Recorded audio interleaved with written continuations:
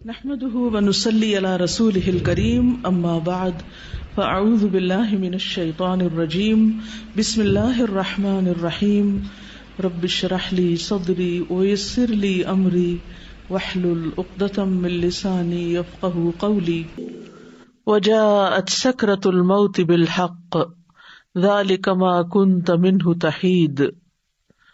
آ پہنچی موت کی سختی ساتھ حق کے، یہی ہے جس سے تو بھاگتا پھرتا تھا. موت اس دنیا میں انسان کی زندگی کے خاتمے کا نام ہے. دنیا میں جو بھی انسان آیا ہے اسے ایک دن واپس ضرور جانا ہے. یہ انسان کی زندگی کا سب سے بڑا حادثہ ہے، جس کے بعد اس دنیا سے اس کا تعلق منقطع ہو جاتا ہے اور ایک نئی زندگی جو برزخ کی زندگی کہلاتی ہے وہ شروع ہو جاتی ہے. قیامت کے زلزلے کے ساتھ ہی یہ زندگی بھی ختم ہو جائے گی. پھر ایک نیا دور شروع ہوگا جس کی کامیابی اور ناکامی کا انحصار انسان کے اپنے اعمال پر ہوگا. ہم میں سے کوئی نہیں جانتا کہ اس کی موت کب آئے گی، لیکن ہم سب اسی دن کی طرف دوڑ رہے ہیں. ایسی صورتحال میں اصل کرنے کا کام اس دن کی تیاری کرنا ہے، تاکہ اس کے بعد جب ہم مالک کائنات کے سامنے پیش ہوں تو کوئی شرمندگی نہ ہو. موت کے بعد انسان اکیلا رہ جاتا ہے. موت انسان کو ہر چیز سے جدا کر دیتی ہے. موت ہر انسان کا پیچھا کر رہی ہے، مگر انسان اسے ہی بھولے ہوئے ہے. ضرورت اس بات کی ہے کہ ہم اس آخری وقت کو روزانہ یاد کریں اور اس کی تیاری میں لگے رہیں. وجاءت سکرۃ الموت بالحق ذلک ما کنت منہ تحید. یہ سورۃ قاف کی آیت نمبر 19 ہے، جس میں انسان سے خطاب ہے کہ انسان خواہ کتنی بھی لمبی زندگی چاہے، لیکن ایک دن موت آ پہنچتی ہے. سکرات الموت، موت کی سختیاں، موت کی بے ہوشیاں موت کی حقیقت کو لے کر آ پہنچتی ہیں، اور یہی وہ بات ہے جس سے انسان بھاگتا ہے. موت کا ذکر نہیں سننا چاہتا، موت سے فرار حاصل کرنا چاہتا ہے، لیکن موت اس کو آ پکڑتی ہے.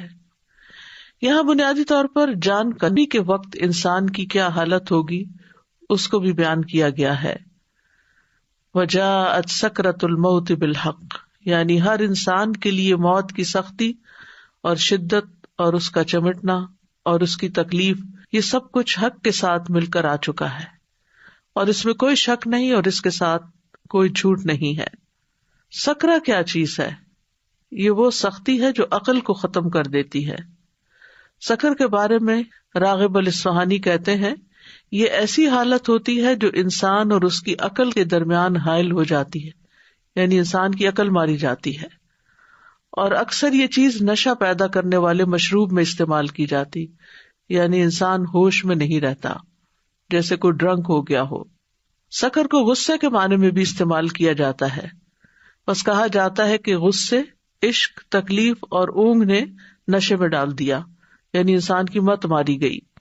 اور سکرۃ الموت یہ وہ غشی ہے جو تکلیف سے پیدا ہوتی ہے. کہتے ہیں یہاں اس سے مراد موت کی سختیاں ہیں، یعنی موت کی سکرات مراد ہے، یعنی موت کی تکلیف سے غشی طاری ہو جاتی ہے، کیونکہ روح کا کھینچا جانا، موت کی شدت کا اترنا، روح کا روندے جانا شدید تکلیف کا ہونا ہے. اور یہ روندے جانا روح کا اور یہ تکلیف موت کے وقت نازل ہوتی ہے. موت کی یہ سختیاں ہر انسان کو بے ہوشی میں ڈال دیتی ہیں اور اس کی عقل ختم کر دیتی ہیں، انسان پر غالب آ جاتی ہیں. اور بالحق کا معنی ہے موت ایک حقیقت ہے جو حقیقت اس وقت سامنے آ گئی.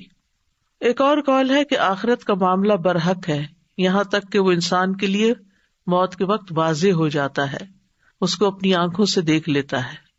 ایک اور قول یہ بھی ہے کہ وہ چیز حق ہے جس طرف انسان کا معاملہ لوٹ کر جاتا ہے، یعنی خوش نصیبی کی طرف یا بدبختی کی طرف. تو بہرحال موت کی سختی برحق ہے. انسان جب تک زندہ ہوتا ہے اس کے اقوال، اس کے افعال لکھے چلے جاتے ہیں تاکہ ان پر اس کا محاسبہ کیا جا سکے. پھر اس کو موت آ جاتی ہے. پھر یہ وہ موت ہے جس کو وہ حق کے ظاہر ہوتے ہی دیکھ لیتا ہے، یعنی اس کی حقیقت سامنے آتے ہی اس کا مشاہدہ کرتا ہے، اور اس کو اسی صورت میں دیکھتا ہے جس صورت میں اللہ نے اس سے وعدہ کیا ہے. اور ایک قول یہ بھی ہے کہ یہاں حق سے مراد بذات خود موت ہے. اس کو حق اس لیے کہا گیا ہے کہ ہر انسان موت کا حقدار ہوتا ہے، یا آخرت کے گھر کا جو کہ برحق ہے اور اس کی طرف اس کو منتقل ہونا ہے. ذالک ما کنت منہ تحید، یہی وہ چیز ہے، یعنی موت جو ہر زندہ چیز کی انتہا ہے. ما کنت منہ تحید، جس سے تم بھاگتے تھے، جس سے تم کتراتے تھے، اپنی زندگی میں اس سے فرار حاصل کرتے تھے. یعنی کوئی بھی چیز جس سے یہ انسان کو احساس ہونے لگے کہ اس کو کھانے سے موت آ سکتی ہے یا اس بیماری سے موت آ سکتی، تو انسان اس سے بھاگ جاتا ہے، اس کے قریب نہیں پھٹکتا. انسان کو اپنی جان بہت پیاری ہوتی ہے اور ہر اس چیز سے انسان بھاگتا ہے جس سے موت کا اس کو اندیشہ ہو. تو یہی بات یہاں کہی گئی کہ یہی وہ چیز ہے جس کو پیش تو آنا تھا لیکن تم اس سے بھاگتے رہے. جب کوئی بندہ کسی چیز سے ایک جانب ہو کر دور چلا جاتا ہے تو اس وقت کہا جاتا ہے حاد فلان عن الشیء یحیدہ حیدۃ. تو بہرحال انسان جب موت دیکھتا ہے تو پھر نہ بھاگ سکتا ہے، نہ کوئی مدد دے سکتا ہے، نہ اس سے خلاصی ممکن ہے. ابن عباس اس کا معنی یہ کرتے ہیں کہ یہی وہ چیز ہے جس کو تو ناپسند کرتا تھا. ہم میں سے ہر شخص موت کو ناپسند کرتا ہے اور اس کا سامنا نہیں کرنا چاہتا، لیکن موت تو ایک حقیقت ہے، ہر جان نے مرنا ہے. اللہ سبحانہ وتعالیٰ فرماتے ہیں کل نفس ذائقۃ الموت ثم الینا ترجعون، ہر جان موت کو چکھنے والی ہے، پھر تم ہماری ہی طرف لوٹائے جاؤ گے. موت کا فرشتہ مقرر کر دیا گیا ہے. سورۃ السجدہ میں آتا ہے قل یتوفاکم ملک الموت الذی وکل بکم ثم الی ربکم ترجعون. کہہ دو کہ موت کا فرشتہ جو تم پر مقرر کیا گیا ہے تمہاری جانیں قبض کر لیتا ہے، پھر تم اپنے رب کی طرف لوٹائے جاتے ہو. موت سے فرار ممکن نہیں ہے.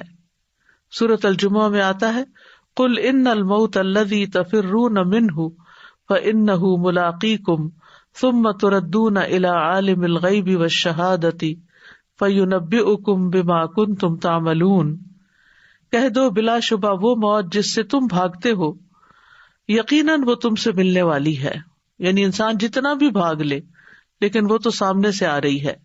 پھر تم ہر پوشیدہ اور ظاہر چیز کو جاننے والے کی طرف لوٹائے جاؤ گے تو وہ تمہیں بتائے گا کہ تم کیا کچھ کرتے رہے ہو. یعنی موت کس لیے رکھی گئی؟ تاکہ یہ دیکھا جائے کہ موت سے پہلے کی زندگی میں انسان نے کیا کام کیے ہیں، ان کا حساب کیا جائے اور اس پر اس کو جزا یا سزا دی جائے. کوئی بھی ذی روح موت سے نہیں بچ سکتا، کوئی بھی. سورۃ النساء میں آتا ہے اینما تکونوا یدرککم الموت ولو کنتم فی بروج مشیدہ.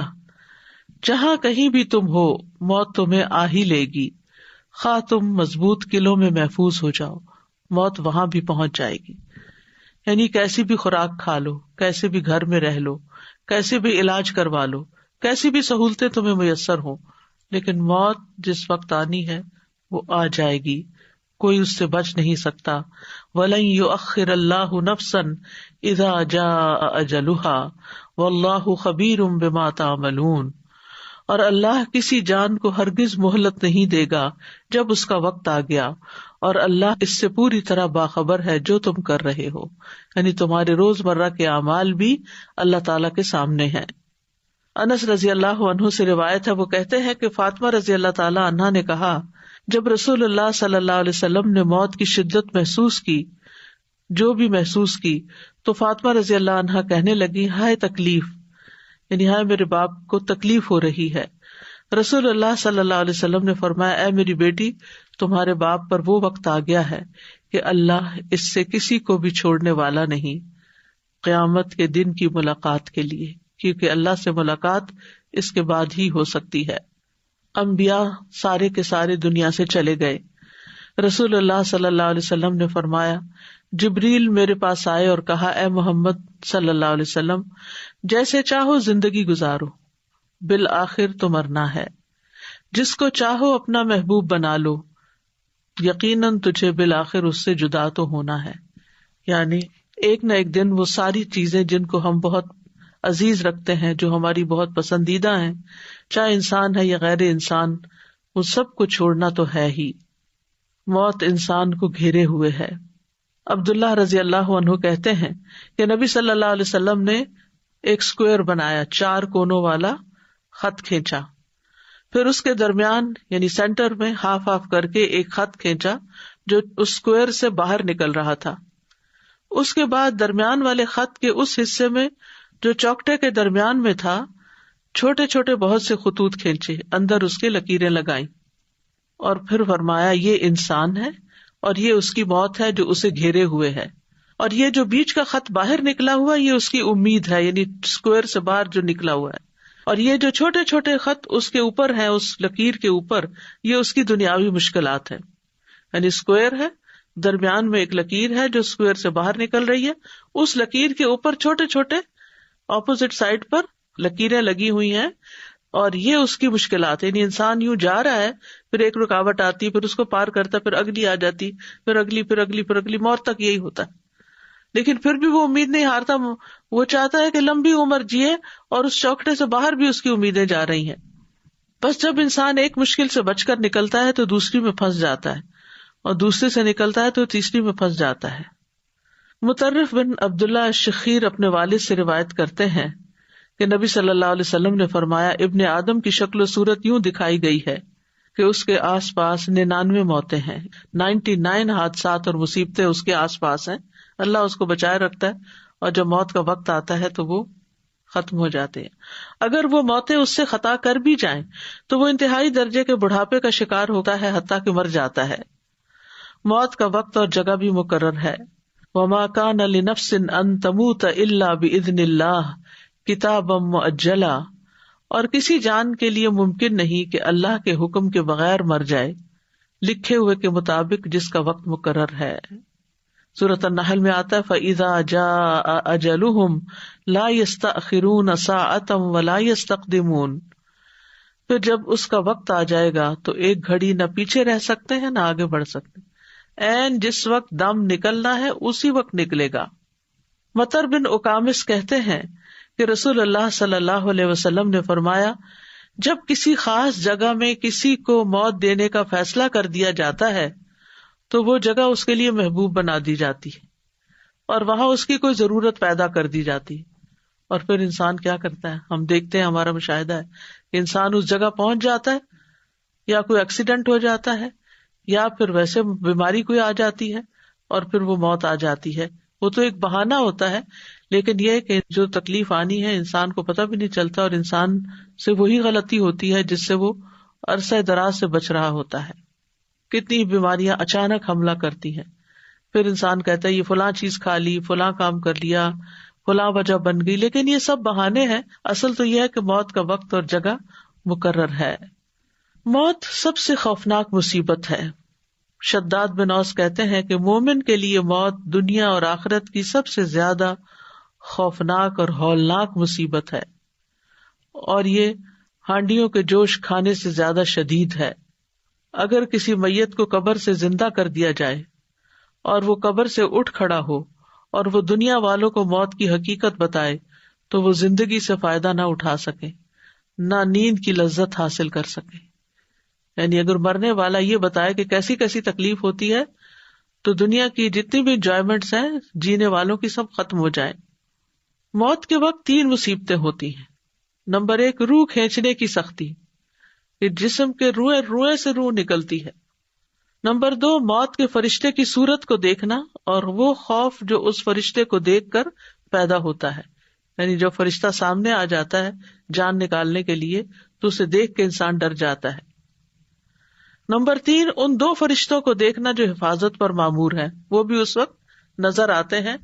تو انسان کے لیے چونکہ پہلا ایکسپیرینس ہوتا ہے فرشتوں کو دیکھنے کا، آخرت میں تو دیکھیں گے ہی، لیکن موت پہلا انسیڈنٹ ہوتا ہے جس میں انسان فرشتوں کو اپنی نیکڈ آئیز کے ساتھ دیکھتا ہے، تو یہ اس کے لیے بہت شاکنگ ہوتا ہے اور اس کو خوف دلاتا ہے۔ پھر موت کی کیفیات میں پنڈلی پنڈلی سے جڑ جاتی ہے۔ قرآن مجید میں آتا ہے کلا اذا بلغت التراقی وقیل من راق وظن انہ الفراق والتفت الساق بالساق الی ربک یومئذ المساق، ہرگز نہیں وہ وقت یاد کرو جب جان ہنسلیوں تک پہنچ جائے گی، اور کہا جائے گا ہے کوئی جو دم کرے، یعنی جان حلق تک پہنچ جائے گی تو انسان کہے گا ہے کوئی دم کرے، کیونکہ گلے میں اٹک رہا ہے کچھ، اور وہ یقین کر لے گا کہ یقیناً یہ جدائی ہے، یعنی دم گھٹ رہا ہے تو اب مرنے کا ہی وقت آ گیا ہے، اور پنڈلی پنڈلی کے ساتھ لپٹ جائے گی، اٹھانے کی ہمت ہی نہیں ہوگی، ادھر ادھر ہو ہی نہیں سکے گا انسان، اب ٹانگیں ہی جڑ جائیں گی۔ اس دن تیرے رب ہی کی طرف روانگی ہے۔ جان پاؤں سے نکلنا شروع ہوتی ہے، پھر آہستہ آہستہ پنڈلیوں میں آتی ہے، پھر گھٹنوں میں، پھر پیٹ میں، اس طرح ہاتھوں سے، بازوؤں اور پاؤں اور بازوؤں دونوں کی طرف سے، ہاتھوں کی طرف سے، بالآخر اس کے گلے میں آ کے اٹک جاتی ہے اور پھر وہاں سے ایک دم نکل جاتی ہے۔ فلولا اذا بلغت الحلقوم وانتم حینئذ تنظرون ونحن اقرب الیہ منکم ولکن لا تبصرون فلولا ان کنتم غیر مدینین ترجعونها ان کنتم صادقین۔ پھر ایسا کیوں نہیں ہوتا کہ جب جان ہنسلی کو پہنچ جاتی ہے اور اس وقت تم دیکھ رہے ہوتے ہو، اور ہم اس وقت تم سے بھی زیادہ اس جان کے نزدیک ہوتے ہیں لیکن تم دیکھ نہیں سکتے۔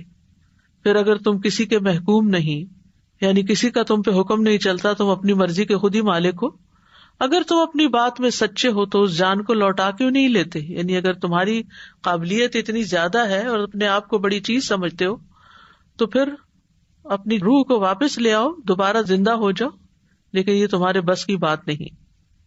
پھر یہ بھی یاد رہے کہ موت کے وقت فرشتے آتے ہیں جان نکالنے کے لیے۔ جان ایسے نہیں کہ اڑ کے کہیں چلی جاتی روح ہماری، بلکہ باقاعدہ فرشتے اس کو وصول کرتے ہیں۔ قرآن مجید میں آتا ہے، کاش تم دیکھتے ظالم لوگ موت کی سختیوں میں جب ہوتے ہیں اور فرشتے اپنے ہاتھ پھیلائے ہوئے ہوتے ہیں، کہتے ہیں نکالو اپنی جانیں، آج تمہیں ذلت کا عذاب دیا جائے گا اس کے بدلے جو تم اللہ پر ناحق باتیں کہتے تھے اور تم اس کی آیات سے تکبر کرتے تھے۔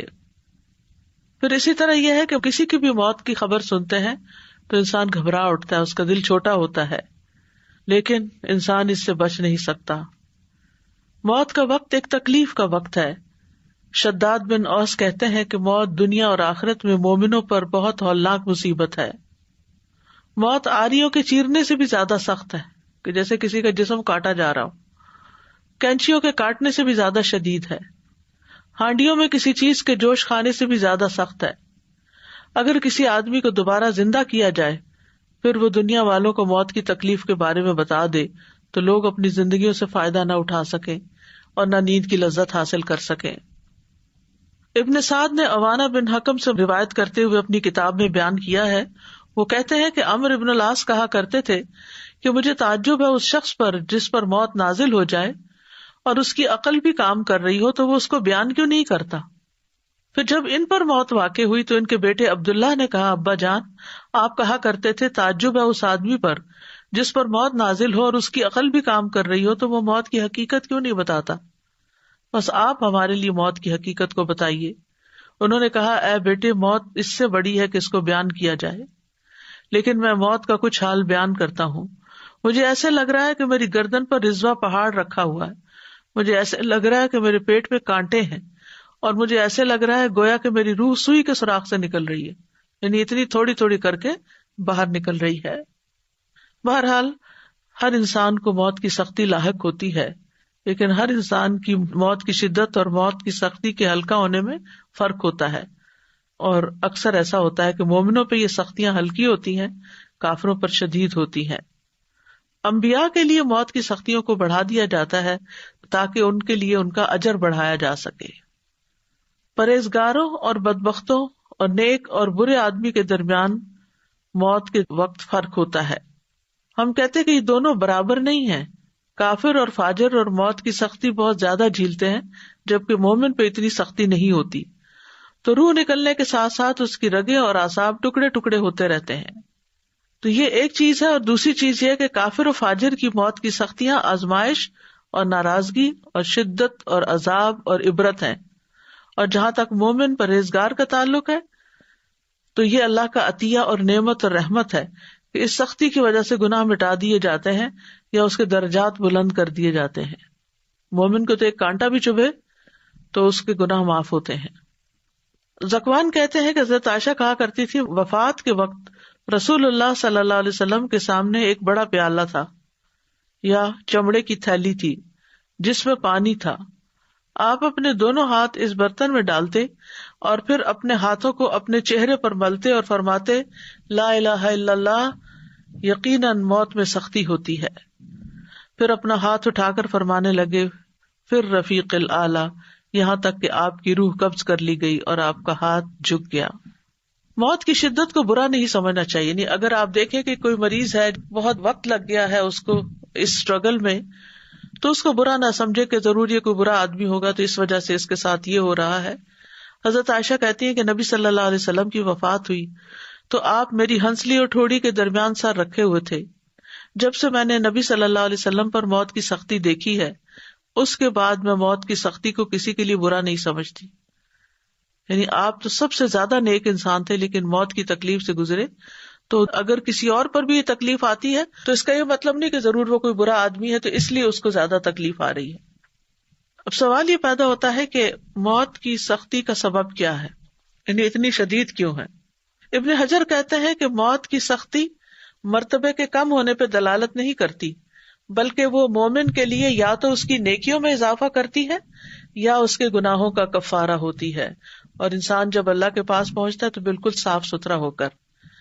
زید بن اسلم اپنے والد سے روایت کرتے ہوئے کہتے ہیں کہ جب مومن کے درجات میں سے کچھ باقی رہ جاتا ہے، یعنی اس نے ان درجوں تک پہنچنا ہے، اللہ نے بڑا ہائی رینک اس کے لیے لکھا ہے، اور وہ اپنے عمل کے ذریعے جنت کے اس درجے تک نہیں پہنچ پاتا تو اس پر موت کی سختی کو بڑھا دیا جاتا ہے تاکہ وہ موت کی سختیوں اور اس کی مصیبت کی وجہ سے جنت کے اس درجے تک پہنچ جائے. مومن کی موت کا منظر کچھ ایسا ہے کہ اللہ تعالیٰ مومن کو موت کی تکلیف دینا پسند نہیں کرتا. رسول اللہ صلی اللہ علیہ وسلم نے فرمایا بے شک اللہ تعالیٰ فرماتا ہے میں جو کام کرنا چاہتا ہوں اس میں مجھے اتنا تردد نہیں ہوتا جتنا کہ مجھے اپنے مومن بندے کی جان نکالنے میں ہوتا ہے. وہ موت کو تکلیف کی وجہ سے ناپسند کرتا ہے اور میں بھی اسے تکلیف دینا ناپسند کرتا ہوں. مومن موت کے وقت اللہ سے ملاقات کو پسند کرتا ہے، یعنی اللہ سے ناراض نہیں ہوتا. شریح بن ہانی کہتے ہیں میں عائشہ رضی اللہ عنہا کی خدمت میں حاضر ہوا تو میں نے عرض کیا اے ام المومنین، میں نے ابو ہریرہ سے سنا وہ رسول اللہ صلی اللہ علیہ وسلم سے حدیث روایت کرتے ہیں اگر واقعتاً ایسا ہی ہے تو ہم تو ہلاک ہو جائیں گے. تو انہوں نے کہا جو رسول اللہ صلی اللہ علیہ وسلم کے قول سے ہلاک ہو گیا وہ واقعتاً ہلاک ہونے والا ہے. وہ حدیث کیا ہے؟ انہوں نے کہا کہ رسول اللہ صلی اللہ علیہ وسلم نے فرمایا جو اللہ کی ملاقات کو پسند کرے اللہ بھی اس سے ملاقات کرنے کو پسند کرتا ہے، اور جو اللہ کی ملاقات کو ناپسند کرے اللہ بھی اس سے ملاقات کو ناپسند کرتا ہے، حالانکہ ہم میں سے ہر ایک موت کو ناپسند کرتا ہے. تو عائشہ رضی اللہ تعالیٰ عنہا نے کہا کہ رسول اللہ صلی اللہ علیہ وسلم نے اسی طرح فرمایا تھا، لیکن اس کا مطلب وہ نہیں جس کی طرف تم چلے گئے ہو، بلکہ جب آنکھ پھٹ جاتی ہے، سینے میں گڑگڑاہٹ پیدا ہو جاتی ہے، رونگٹے کھڑے ہو جاتے ہیں، انگلیاں اکڑ جاتی ہیں، بس اس موقع پر جو اللہ سے ملاقات کرنے کو پسند کرے اللہ بھی اس سے ملاقات کرنے کو پسند کرتا ہے، اور جو اللہ سے ملاقات کرنے کو ناپسند کرے اللہ بھی اس سے ملاقات کرنے کو ناپسند کرتا ہے. یعنی وہ جو موت کی شدت کا وقت ہے اس وقت اللہ سے بدگمان نہیں ہونا چاہیے بلکہ اللہ تعالیٰ سے ملاقات کا شوق دل میں پیدا ہونا چاہیے. اللہ تعالیٰ ہمیں وہ عطا کرے جب ہم مریں. مومن کی جان جب اس کے پہلوؤں سے نکل رہی ہوتی ہے تو بھی وہ اللہ کا شکر ادا کر رہا ہوتا ہے. ابن عباس کہتے ہیں کہ رسول اللہ صلی اللہ علیہ وسلم نے فرمایا یقیناً مومن کے ہر حال میں خیر ہے، اس کی جان اس کے دو پہلوؤں سے نکل رہی ہوتی ہے اور وہ اللہ عز و جل کی تعریف کر رہا ہوتا ہے. حسن بصری کہتے ہیں مومن کے لیے راحت صرف اللہ کی ملاقات میں ہی ہے، اور جس کی راحت اللہ کی ملاقات میں ہو تو اس کی موت کا دن اس کے لیے مسرت اور خوشی اور امن اور عزت اور شرف کا دن ہوگا. عبداللہ بن مسعود کہتے ہیں کہ نبی صلی اللہ علیہ وسلم نے فرمایا بے شک مومن کی روح پسینے سے نکلتی ہے جبکہ کافر کی روح اس کی باٹ سے نکلتی ہے جیسے گدھے کی روح. مرتے ہی سلامتی اور جنت کی بشارت مل جاتی ہے. الذین تتوفاہم الملائکۃ طیبین یقولون سلام علیکم ادخلوا الجنۃ بما کنتم تعملون. وہ لوگ جو پاک سیرت ہوتے ہیں، فرشتے ان کی روح قبض کرنے آتے ہیں تو کہتے ہیں تم پر سلام ہو، جو اچھے عمل تم کرتے رہے ہو اس کے صلے میں جنت میں داخل ہو جاؤ. سورۃ الفجر میں آتا ہے یا ایتھا النفس المطمئنہ ارجعی الی ربک راضیۃ مرضیہ فادخلی فی عبادی وادخلی جنتی. پھر یہ کہ مومن اچھے طریقے سے دنیا سے رخصت ہوتا ہے. فَأَمَّا إِن كَانَ مِنَ الْمُقَرَّبِينَ فَرَوْحٌ وَرَيْحَانٌ وَجَنَّةُ نَعِيمٍ وَأَمَّا إِن كَانَ مِنْ أَصْحَابِ الْيَمِينِ فَسَلَامٌ لَكَ مِنْ أَصْحَابِ الْيَمِينِ. پس اگر وہ مقربین میں سے ہو، مقرب بندوں میں سے، تو اس کے لیے راحت اور عمدہ رزق اور نعمت والی جنت ہے آگے. اور لیکن اگر وہ دائیں ہاتھ والوں میں سے ہوا تو تجھ پر سلام کہ تو دائیں ہاتھ والوں میں سے ہے. یہ فرق ہے مقربین ٹاپ کلاس اور سیکنڈ کلاس کا. پھر اسی طرح مومن کا آگے بھی بہترین استقبال ہوتا ہے. براء ابن عازب کہتے ہیں کہ نبی صلی اللہ علیہ وسلم نے فرمایا، بے شک مومن بندہ جب دنیا سے رخصت ہونے اور آخرت کے قریب ہوتا ہے تو اس کی طرف آسمان سے روشن چہروں والے فرشتے آتے ہیں، گویا کہ ان کے چہرے سورج کی طرح ہوں. ان کے پاس جنت کے کفنوں میں سے ایک کفن اور جنت کی حنوت یعنی خوشبو میں سے ایک خوشبو ہوتی ہے، یہاں تک کہ وہ اس کی حد نگاہ تک بیٹھ جاتے ہیں. پھر ملک الموت علیہ السلام آ کر اس کے سرہانے بیٹھ جاتے ہیں اور کہتے ہیں ایتھا النفس المطمئنہ اخرجی الی مغفرۃ من اللہ ورضوان. اے پاکیزہ نفس، اللہ کی مغفرت اور رضامندی کی طرف نکلو. چنانچہ اس کی روح بہہ کر اس طرح نکل جاتی ہے جیسے مشکیزے کے منہ سے پانی کا قطرہ بہہ جاتا ہے. پھر ملک الموت اسے پکڑ لیتے ہیں، اور جب وہ اسے پکڑ لیتے ہیں تو دوسرے فرشتے پلک جھپکنے کی مقدار بھی اس کی روح کو ملک الموت کے ہاتھ میں نہیں رہنے دیتے، بلکہ ان سے لے کر اسے کفن میں لپیٹ کر اپنی لائی ہوئی حنوت مل دیتے ہیں، خوشبو ملتے ہیں، اور اس کے جسم سے ایسی خوشبو نکلتی ہے جیسے بہت ہی زیادہ مہکنے والی کستوری کی خوشبو جو روئے زمین پر پائی گئی ہو. پھر فرشتے اس روح کو لے کر اوپر چڑھ جاتے ہیں. اس کے بارے میں ایک نرس نے مجھے بتایا تھا جو ایسے ہی وارڈ میں ہوتی تھی، 30-35 سال کا شاید اس کا ایکسپیرینس تھا ایسے لوگوں کے ساتھ، یعنی جو بالکل مرنے کے قریب ہوتے ہیں. وہ کہتی ہے کہ ایک دفعہ ایسا ہوا تھا کہ جب ایک مردے کی جان نکلی ایک شخص کی تو پورا کمرہ خوشبو سے بھر گیا اور تقریباً 15 منٹ تک وہ خوشبو وہاں رہی، اس کے بعد ختم ہو گئی. ڈاکٹرز بھی تھے اور لوگ، یعنی سبھی اس بات کی گواہی دے رہے تھے کہ بہت ہی زبردست قسم کی خوشبو آ رہی ہے. معلوم نہیں اس شخص کا کیا نیک عمل ہوگا جس کی وجہ سے اللہ نے اس کو چن لیا. پھر آسمان کا سفر ہوتا ہے، یعنی جب فرشتے اپنا کفن لے کر آتے ہیں، روح نکال کے کفن میں لپیٹ کے اوپر چلے جاتے ہیں. براء ابن عازب کہتے ہیں نبی صلی اللہ علیہ وسلم نے فرمایا، فرشتے اس روح کو لے کر اوپر چڑھ جاتے ہیں اور فرشتوں کے جس گروہ پر بھی ان کا گزر ہوتا ہے وہ پوچھتا ہے ما ھذا الروح الطیب، یہ پاک روح کون ہے؟ وہ جواب میں کہتے ہیں فلاں بن فلاں، اس کا بہترین نام بتاتے ہیں جس سے دنیا میں لوگ اسے پکارتے تھے، حتیٰ کہ وہ اسے لے کر آسمان دنیا تک پہنچ جاتے ہیں. وہ اس کے لیے دروازہ کھلواتے ہیں تو ان کے لیے دروازہ کھول دیا جاتا ہے، تو ہر آسمان کے مقرب فرشتے اس کے ساتھ ساتھ چلتے ہیں آسمان کی طرف جو اس کے بعد آتا ہے، اور اس طرح اسے 7ویں آسمان تک پہنچا دیا جاتا ہے. آسمان والے نیک روح کو مسلسل مرحبا کہتے ہیں، ویلکم ویلکم. ابو ہریرہ سے مروی ہے کہ نبی صلی اللہ علیہ وسلم نے فرمایا، فرشتے مومن کی روح کو آسمان کی طرف چڑھا لے جاتے ہیں، پھر اس کے لیے آسمان کا دروازہ کھلتا ہے. پوچھا جاتا ہے یہ کون ہے؟ کہا جاتا ہے فلاں شخص ہے. وہ کہتے ہیں پاک نفس کو جو پاک بدن میں تھی، داخل ہو جاؤ اے قابل تعریف، اور خوش ہو جاؤ اللہ کی رحمت اور خوشبو سے اور اس رب سے جو تجھ پر ناراض نہیں. بلا شبہ برابر اسے یہی کہا جاتا ہے یہاں تک کہ روح آسمان تک پہنچ جاتی ہے جہاں اللہ عز و جل ہے. کیا مقام ہے، کیا درجہ ہے. پھر جسم جو ہوتا ہے وہ قبر میں دفنا دیا جاتا ہے. روح کو آسمان سے پھر حساب کتاب کے لیے دوبارہ قبر تک لایا جاتا ہے. ایک دفعہ وہاں پہنچ کے پھر وہ زمین پر آتی ہے. براء ابن عازب کہتے ہیں نبی صلی اللہ علیہ وسلم نے فرمایا جب روح کو 7ویں آسمان تک لے جایا جاتا ہے تو اللہ عز و جل فرماتا ہے میرے بندے کا نام اعمال علیین میں لکھ دو اور اسے واپس زمین کی طرف لے جاؤ، کیونکہ میں نے اپنے بندوں کو زمین کی مٹی سے پیدا کیا، اسی میں لوٹاؤں گا اور اسی سے دوبارہ نکالوں گا. چنانچہ اس کی روح جسم میں واپس لوٹا دی جاتی ہے. ہاں، شہید کی روح جو ہے وہ جنت کے باغوں میں کھاتی پیتی رہتی ہے. مومن میت کا جلد قبر کی طرف جانے کی خواہش کرنا. ابو سعید خدری کہتے ہیں کہ نبی صلی اللہ علیہ وسلم فرمایا کرتے تھے کہ جب جنازہ رکھا جاتا ہے پھر لوگ اسے کاندھوں پر اٹھاتے ہیں، اس وقت اگر مرنے والا نیک ہوتا ہے تو کہتا ہے قدمونی قدمونی، مجھے جلدی لے چلو، مجھے جلدی لے چلو، یعنی مجھے میرے انجام تک پہنچاؤ. دفنائے جانے کے بعد بھی باہر والوں کے قدموں کی چاپ سنتی ہے میت.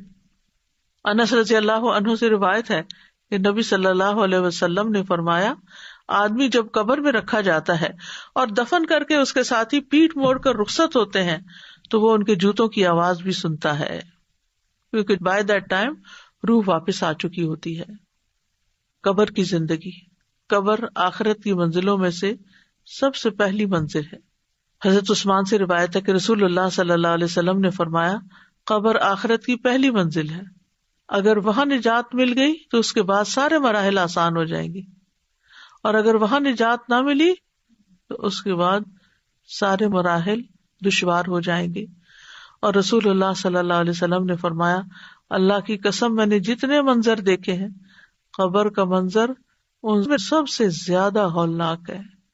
پھر قبر کے اندر سوال کیے جاتے ہیں. مرنے والا کہتا ہے مجھے چھوڑ دو، میں نماز پڑھ لوں. وہ کہتے ہیں کہ یقیناً تم ایسا کرو گے، پہلے ہمیں اس کے بارے میں خبر دو جس کے بارے میں ہم تم سے سوال کر رہے ہیں. ٹھہر جاؤ، تم جاؤ گے لیکن پہلے ہمارے سوالوں کا جواب دو. قبر کے سوال مومن کے لیے تو آسان ہے، لیکن غیر مومن کے لیے وہ سوال بہت مشکل ہے.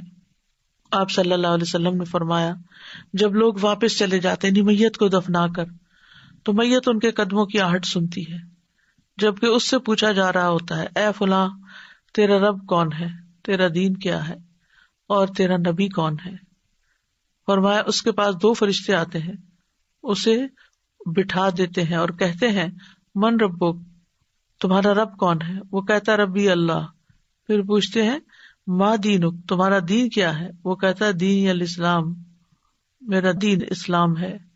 وہ پوچھتے ہیں ما ھذا الرجل الذی بعث فیکم، یہ کون آدمی ہے جو تمہیں مبعوث کیا گیا تھا؟ وہ کہتا ہے ہوا رسول اللہ صلی اللہ علیہ وسلم، وہ اللہ کے رسول ہیں. پھر وہ کہتے ہیں وما یدریک، تجھے یہ باتیں کہاں سے پتہ چلی؟ قرأت کتاب اللہ، وہ کہتا ہے میں نے اللہ کی کتاب پڑھی، فآمنت بہ، اس پر ایمان لایا، یعنی پڑھ لکھ کر اس نے ایمان قبول کیا. یہ کتنا ضروری ہے پڑھنا لکھنا، کتنا ضروری ہے سوچ سمجھ کے زندگی بسر کرنا. یہی سوال جواب اللہ کے اس فرمان کے مصداق ہیں یثبت اللہ الذین آمنوا، اللہ ایمان والوں کو ثابت قدمی عطا کرے گا. فرمایا پھر آسمان سے منادی کرنے والا آواز لگاتا ہے قد صدق عبدی فافرشوہ من الجنہ وافتحوا لہ بابا الی الجنہ والبسوہ من الجنہ، تحقیق میرے بندے نے سچ کہا، اسے جنت کا بستر بچھا دو، اس کو جنت کا لباس پہنا دو، اس کے لیے جنت کی طرف سے دروازہ کھول دو. قبر میں نیک اعمال مومن کی حفاظت کرتے ہیں. ابو ہریرہ کہتے ہیں کہ نبی صلی اللہ علیہ وسلم نے فرمایا میت کو جب اس کی قبر میں رکھ دیا جاتا ہے تو وہ ان کے پلٹ جانے کے وقت ان کی جوتوں کی آواز سنتے ہیں. اگر وہ مومن ہوتا ہے تو نماز اس کے سرہانے ہوتی ہے، روزہ اس کے دائیں جانب ہوتا ہے، زکوٰۃ اس کی بائیں جانب ہوتی ہے، دیگر نیک کام صدقہ، صلہ رحمی، نیکی اور لوگوں سے احسان اس کے پاؤں کی طرف آ جاتے ہیں. اگر اس کے سرہانے کی طرف سے آ جاتا تو نماز کہتی ہے میری طرف سے آنے کا راستہ نہیں. پھر اس کے دائیں جانب سے آ جاتا ہے تو روزہ کہتا ہے میری طرف سے آنے کا راستہ نہیں. پھر اس کے بائیں جانب سے آ جاتا ہے تو زکوٰۃ کہتی ہے میری طرف سے آنے کا راستہ نہیں. پھر اس کے دونوں پاؤں کی طرف سے آ جاتا ہے.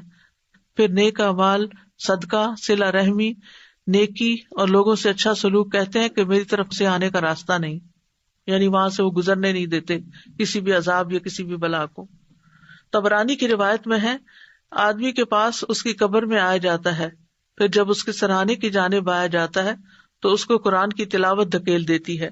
جب اس کے دونوں ہاتھوں کی طرف آیا جاتا ہے تو اس کو صدقہ دھکیل دیتا ہے، کیونکہ ہاتھ سے انسان صدقہ کرتا رہا تھا. اور جب اس کے پاؤں کی جانب آیا جاتا ہے تو اس کا مسجدوں کی طرف نکلنا جانا اس عذاب کو دھکیل دیتا ہے. نیک اعمال قبر کی تنہائی دور کر دیتے ہیں. براء ابن عازب کی روایت ہے نبی صلی اللہ علیہ وسلم نے فرمایا قبر میں مومن کے پاس ایک خوبصورت لباس اور انتہائی عمدہ خوشبو والا ایک آدمی آتا ہے اور اسے کہتا ہے ابشر، خوشخبری پاؤ جو تمہیں خوش کرے گی، یہ وہی دن ہے جس کا تم سے وعدہ کیا جاتا تھا. وہ اس سے پوچھتا ہے تم کون ہو، تمہارا چہرہ ہی خیر کا پتہ بتا رہا ہے. وہ جواب دیتا ہے انا عملک الصالح، میں تمہارا نیک عمل ہوں.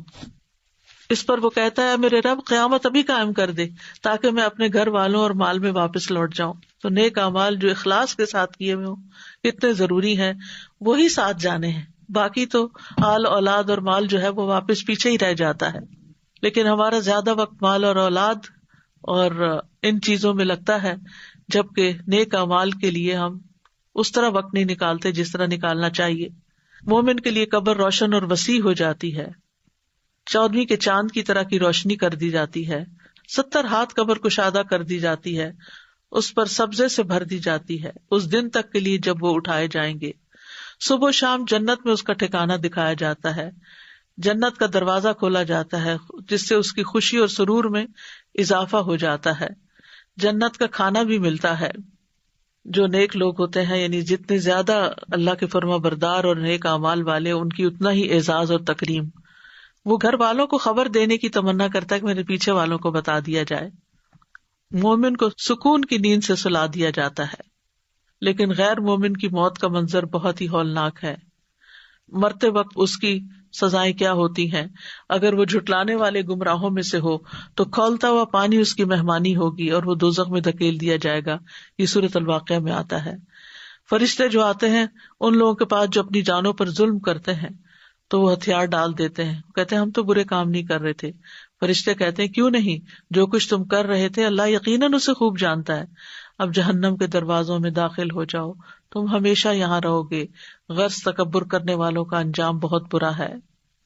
یہ سورۃ النحل کی آیتوں کا ترجمہ تھا. الانفال میں آتا ہے کاش آپ اس وقت دیکھتے جب فرشتے ان مقتول کافروں کی روحیں قبض کر رہے تھے تو ان کے چہرے اور ان کی پشتوں پر ضربے لگا رہے تھے، مار رہے تھے ان کو، کہہ رہے تھے اب جلانے والے عذاب کا مزہ چکھو. کافر کی روح لینے کے لیے سیاہ چہروں والے فرشتے اترتے ہیں جن کے پاس ٹارٹ ہوتے ہیں، اور پھر وہ جب جان نکالنے لگتے ہیں تو روح دوڑنے لگتی ہے اندر. ملک الموت اسے اس طرح کھینچتے ہیں جیسے گیلی اون سے سیخ کھینچی جاتی ہے، پھر اس کو پکڑ لیتے ہیں اور ایک لمحے کے لیے بھی اس کو نہیں چھوڑتے اور اس ٹارٹ میں لپیٹ کے لے جاتے ہیں. کافر اللہ کی ملاقات کو پسند نہیں کرتا، مسلسل عذاب ہی کی خبر اس کو ملتی رہتی ہے. خبیث روح سے انتہائی بدبو اٹھتی ہے. آسمان کے دروازے اس کے لیے نہیں کھولے جاتے، آسمان سے سجین میں گرا دیا جاتا ہے. فرشتوں کے جس گروہ کے پاس سے گزر ہوتا ہے وہی گروہ کہتا ہے ما ھذا الروح الخبیث، یہ خبیث روح کس کی ہے؟ تو فرشتے اس کو جو اٹھائے ہوئے ہوتے ہیں اس کا بدترین نام بتاتے ہیں جو دنیا میں اس کا کوئی لیتا ہوگا. پھر اگر مرنے والا نیک نہیں ہوتا تو قبر میں جانے کی تمنا نہیں کرتا، وہ کہتا ہے ہائے میری بربادی، تم مجھے کہاں لے جا رہے ہو. قبر میں سوال جواب کے وقت خوف کی حالت میں اٹھتا ہے اور پھر ہا لا ادری کہہ کے جواب دیتا ہے. اس کے جواب کی تکذیب کرنے سے جہنم سے لباس اور بستر آتا ہے. اس کے جواب پر آسمان سے ایک منادی آواز لگاتا ہے کہ اس نے جھوٹ بولا، اس کے لیے آگ کا بستر بچھا دو، اس کو آگ کا لباس پہنا دو. اس کے اعمال انتہائی کبھی شکل میں آ جاتے ہیں، بدصورت آدمی کی شکل میں گندے کپڑے پہن کر جس سے بدبو آ رہی ہوتی ہے. تو پوچھتے تو کون ہے؟ تیرے چہرے سے شر کی خبر معلوم ہوتی ہے. وہ جواب دیتا میں تیرا گندا عمل ہوں. وہ کہتا ہے میرے رب قیامت کو قائم نہ کر. پھر قبر میں انتہائی ہیبت ناک ساتھی ہوتا ہے، یعنی خبیث عمل جو ہے وہ اس کے لیے مسلسل تکلیف کا باعث ہوتا ہے. پھر وہاں اندھا بہرا فرشتہ مقرر کر دیا جاتا ہے جس کے پاس لوہے کا ایک گرز ہوتا ہے. اگر وہ پہاڑ پر دے مارے تو ریزہ ریزہ ہو جائے. اس کو معیشت دن کا سامنا کرنا پڑتا ہے. پھر قبر میں کوئی عمل موجود نہیں ہوتا. حسرت کے لیے جنت کا ٹھکانہ دکھایا جاتا ہے، اور قبر میں اس کو نیند کی سی کیفیت ہوتی ہے، لیکن ساتھ بچھو سانپ وغیرہ کاٹتے رہتے ہیں، تو یہ کہا جاتا ہے منحوس کی سی نیند سو جا. پھر موت جو ہے وہ خاتمے کا نام ہے، اور اچھا خاتمہ صرف یہ نہیں کہ انسان اس حال میں مرے جب انسان مسجد میں ہو یا جائے نماز پہ ہو یا قرآن سامنے ہو. نبی صلی اللہ علیہ وسلم اپنے بستر پر فوت ہوئے، ابو بکر اپنے بستر پر فوت ہوئے. اچھا خاتمہ انسان کا یہ ہے کہ انسان کتاب و سنت پر ہو، تمام چیزوں پر ایمان رکھے جو ایمان لانے والی ہیں، اور ہر اس چیز سے بچے جس سے بچنا ضروری ہے. ہم انسان ہیں، کمزور ہیں، ہم سے غلطیاں ہو جاتی ہیں، لیکن بار بار پلٹ آنا چاہیے تاکہ ہمیں موت سے پہلے اطاعت کی توفیق مل جائے. حسن خاتمہ اصل میں کیا ہے؟ وہ یہ ہے کہ بندے کو موت سے پہلے اس کی توفیق دے دی جائے کہ وہ ہر اس عمل سے دور ہو جائے جو رب سبحانہ وتعالیٰ کو ناراض کرتا ہے، اور گناہوں اور نافرمانیوں سے توبہ کی توفیق مل جائے. توحید پر خاتمہ ہو، لا الہ الا اللہ پر، موت سے پہلے ہدایت مل جائے. حسن خاتمہ کے اسباب کیا ہیں؟ اگر کوئی چاہتا ہے کہ اس کا خاتمہ اچھا ہو تو زندگی میں اللہ کی اطاعت پر قائم رہے اور تقویٰ اپنے اندر پیدا کرتا رہے، اسلام کی حالت پر ثابت قدم رہے، استقامت اختیار کرے، گناہوں سے توبہ میں جلدی کرتا رہے. گڑ گڑا کر حسن خاتمہ کی دعائیں ہم سب کو کرنی چاہیے، اور خصوصاً ہم اس آخری عشرے میں اپنی دعاؤں میں یہ بات ضرور یاد رکھیں. ظاہر اور باطن میں اپنی اصلاح کی کوشش کرتے رہنا چاہیے. قرآن سے تعلق مضبوط کر لینا چاہیے، اللہ سے حسن ظن رکھنا چاہیے، کثرت سے اللہ کا ذکر کرنا چاہیے. برا خاتمہ کیا ہے؟ برا خاتمہ 2 درجوں پر ہے. پہلا مرتبہ یہ کہ انسان شک کا شکار ہو جائے. دوسرا مرتبہ جو اس سے کم درجے کا ہے کہ موت کے وقت انسان کے دل پر دنیا کے کسی کام کی محبت یا حرام خواہشات میں سے کوئی خواہش غالب آ جائے اور وہ خواہش اس کے دل میں متشکل ہو کے دکھائی دے. برے خاتمے کی وجوہات کیا ہوتی ہیں؟ عقیدہ کا بگاڑ، شرک پہ خاتمہ ہونا، استقامت نہ ہونا، اللہ اور اس کے رسول کی مخالفت کرنا، نبی صلی اللہ علیہ وسلم کا مذاق اڑانا، دین سے پھر جانا، اللہ کی ناراضگی کے کام کرنا، نافرمانیوں میں لگے رہنا، راتوں کو اللہ کی نافرمانی میں گزارتے ہوئے موت آ جانا، اللہ کے حرام کردہ امور کا ارتکاب کرنا، دنیا میں ہی مگن ہو جانا، خودکشی کر لینا، جھوٹے الزام لگانا، لوگوں کو گمراہ کرنا. ہمیں دعا بھی کرنی چاہیے کہ اللہ تعالیٰ ہمارا انجام اچھا کرے. فاطر السماوات والارض انت ولی فی الدنیا والآخرہ توفنی مسلما والحقنی بالصالحین. کسی کی موت ہو جائے تو اس کے لیے دعا کرنا. بری موت سے پناہ مانگنا چاہیے، بری بیماریوں سے بھی پناہ مانگنی چاہیے.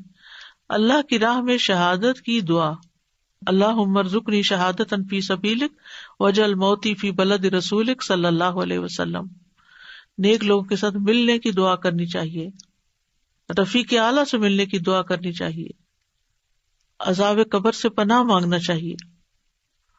تو کرنے کے کام یہ ہے کہ موت سے پہلے پہلے نیکیوں سے فائدہ اٹھا لیں. موت کی علامات ظاہر ہونے پر ایمان لانا فائدہ نہ دے گا. موت سے پہلے توبہ کر لینی چاہیے. زندگی کے آخری لمحات کے لیے بھرپور کمائی کرنی چاہیے. موت سے غافل نہیں ہونا چاہیے. موت کا ذکر کرتے رہنا چاہیے، اس میں غور و فکر کرنا چاہیے. ایسا کوئی کام نہیں کرنا چاہیے جو موت کے وقت حسرت کا باعث ہو. موت کو کثرت سے یاد کرنا چاہیے، اپنے مرنے کو قریب بھی سمجھنا چاہیے. موت، قیامت اور آخرت کا کثرت سے اپنے بچوں سے، گھر والوں سے تذکرہ کرتے رہنا چاہیے. موت کو یاد کرنے کے فائدے کیا ہوتے ہیں؟ یہ کہ انسان توبہ جلدی کرتا ہے، اس کے دل میں قناعت ہوتی ہے، اس کی عبادت میں سرگرمی ہوتی ہے، دنیا کی لذتوں سے دور ہوتا ہے، زندگی کا رخ بدل جاتا ہے، دوسروں کی مصیبتیں بھی ہلکی لگتی ہیں. پھر موت کو ناپسند نہیں کرنا چاہیے. جس عمل کی وجہ سے موت ناپسند ہو اس کو چھوڑ دیں. جنت کی فکر کریں کیونکہ وہاں موت نہیں ہوگی. اور پھر مرنے والوں کو کلمے کی تلقین کریں. سبحانک اللہم و بحمدک اشہد ان لا الہ الا انت استغفرک و اتوب الیک. السلام علیکم و رحمۃ اللہ وبرکاتہ.